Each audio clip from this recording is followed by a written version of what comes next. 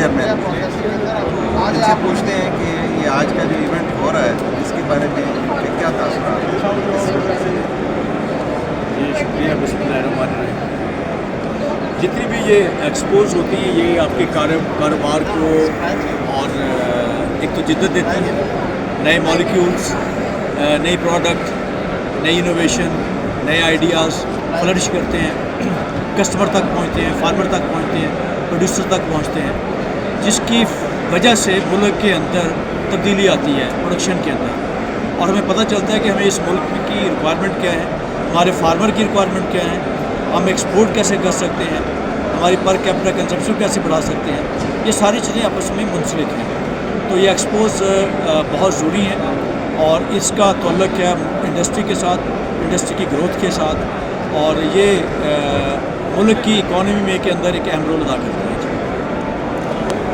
تو ڈاکٹر صاحب یہ جو ہمارا یہ شعبہ ہے اس کے اندر بہت پوٹینشیل ہے، لیکن اس کے ساتھ کچھ مشکلات بھی ہوں گی، تو آپ اپنے تجربے کی روشنی میں بتائیں کہ کن پرابلمس کا، کن مشکلات کا سامنا ہے ہمیں فارمر لیول پر یا پروڈیوسر لیول پر؟ دیکھیے جی، مشکلات جو ہیں وہ دونوں طرف سے ہیں۔ ایک تو پاکستان کے جو اکنامک انسٹیبلٹی ہے وہ سب سے بڑی مشکل ہے اس ملک کے اندر۔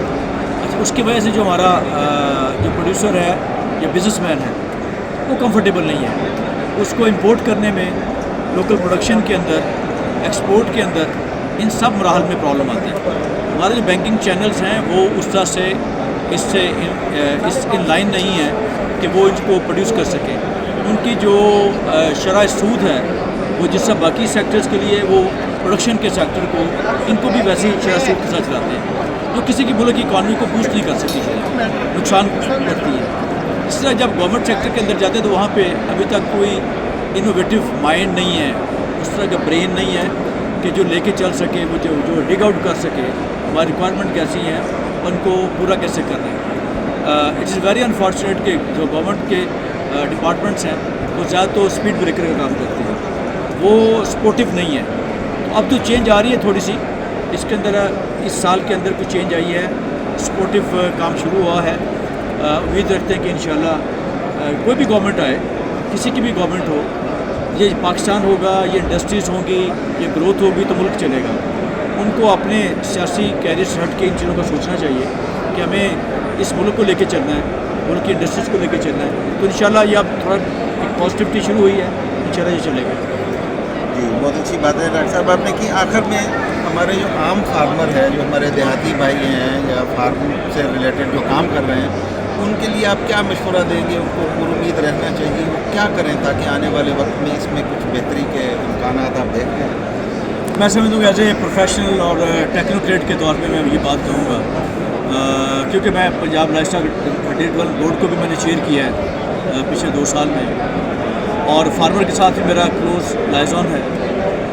یہ جو انڈسٹری کی ڈیولپمنٹ ہے یا آپ کے کاروبار کی ڈیولپمنٹ ہے، یہ سارا آپ کی پرسنل فوکس ہے، اور آپ کو ایک صحیح راستے میں گامزن ہونا ہے، پھر کاوش کرنی ہے، شب روز محنت آپ کا کام ہے۔ رزلٹ پروڈیوس کرنا ہمارا کام نہیں ہے، ہمارا کام ہے صحیح ڈائریکشن میں کام کرنا۔ اس ملک میں بہت گنجائش ہے، میں کہتا ہوں کھلا میدان ہے۔